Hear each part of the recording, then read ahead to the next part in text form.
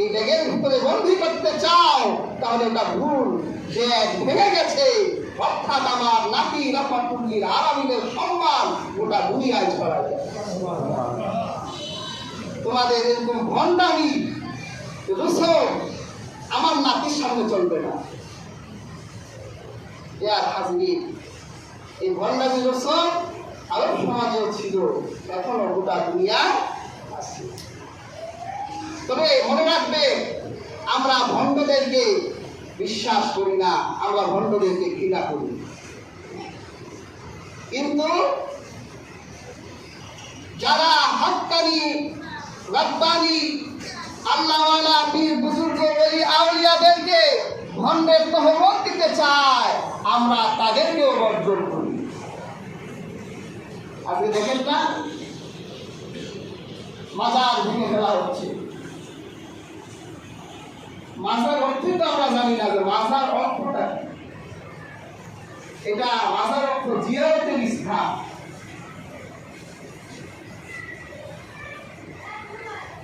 প্রত্যেকটি উম্মতের, প্রত্যেকটি জাতি নেককার মুত্তাকি হাক্কানি রব্বানি আলেমের কবরকে সংরক্ষণ করা এটা ওই সমাজের মানুষের দায়িত্ব। ওখানে দাঁড়িয়ে কবর জিয়ারত করবে। কবর জিয়ারত এই উম্মার জন্য রাসূলুল্লাহ বৈধ করে গেছে। রাসূলুল্লাহ হাদিসে বলেছে, নাহা আন জিয়ারাতিল কুবুর ফাজুরহা। রাসূলুল্লাহ বলেছেন, আমি তোমাদের জন্য কবর জিয়ারত নিষেধ করেছিলাম, এখন তোমাদের জন্য কবর জিয়ারত জায়েজ করে দিলাম। অনেকে মাজার ভেঙে ফেলে, মাজার ভাঙবেন না, মাজার ভাঙা ভালো না, কিন্তু মাজারের নামে ভণ্ডের বাজারগুলো ভেঙে দিতে হবে। গামজাল বাজার ভেঙে দিতে হবে, কারণ ওরা তো গামজা নামে খায় না, সিদ্ধি নামে খায়। সেখানে দেশরা গান বাজনা করে একজন হক্কানি রব্বানি আল্লাহর ওলির মাজারকে প্রশ্নবিদ্ধ করতে চায়। এদেশের মাজার এদেশের ইতিহাস আর ঐতিহ্যের অংশ।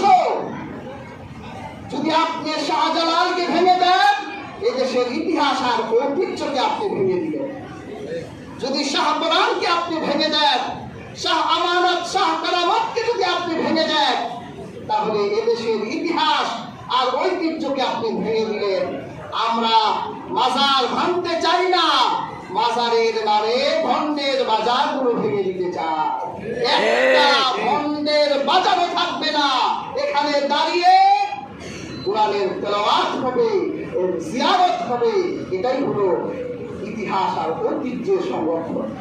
ঠিক কাজী হাজরিন, আমরা কিন্তু এই আল্লাহর ওলিদের নিয়ে অনেক ব্যবসা বাণিজ্য করছি।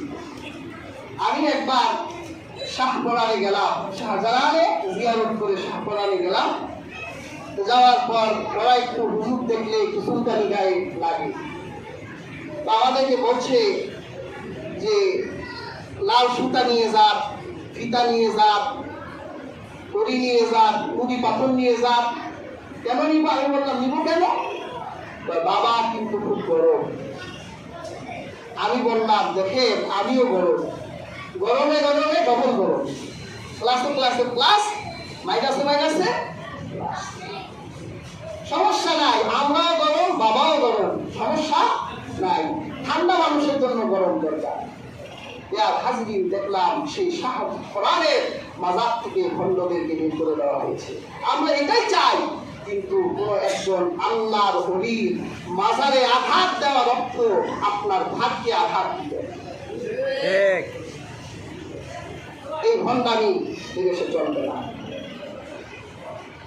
আব্দুল মুত্তালিবের সময় প্রশ্রয় পায় নাই, আমরাও প্রশ্রয় দিব না।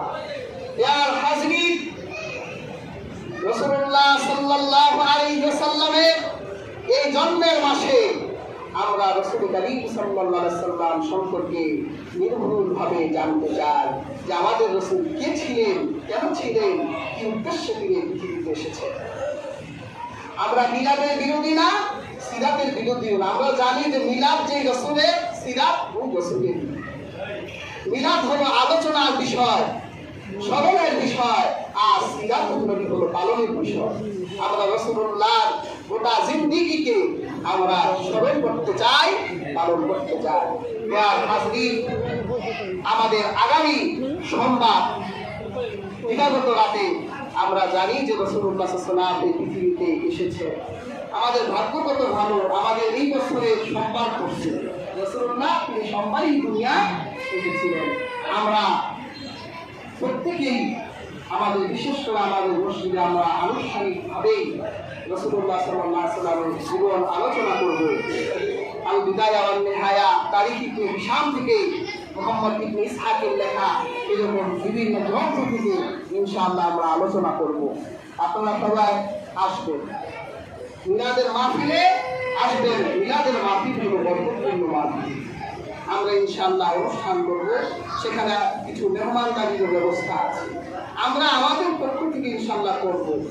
যদি আপনারা কেউ শরীক হতে চান যে রাসূলুল্লাহ এই মিলাদে আমরাও শরীক হতে চাই মেহমানদারি হিসেবে, তাহলে ইনশাআল্লাহ আপনারা শরীক হতে পারবেন। এখনো যদি কেউ শরীক হতে চান, কিছু দিতে চান, ইনশাআল্লাহ দিতে পারেন আমাদের কাছে। আর শরীক হতে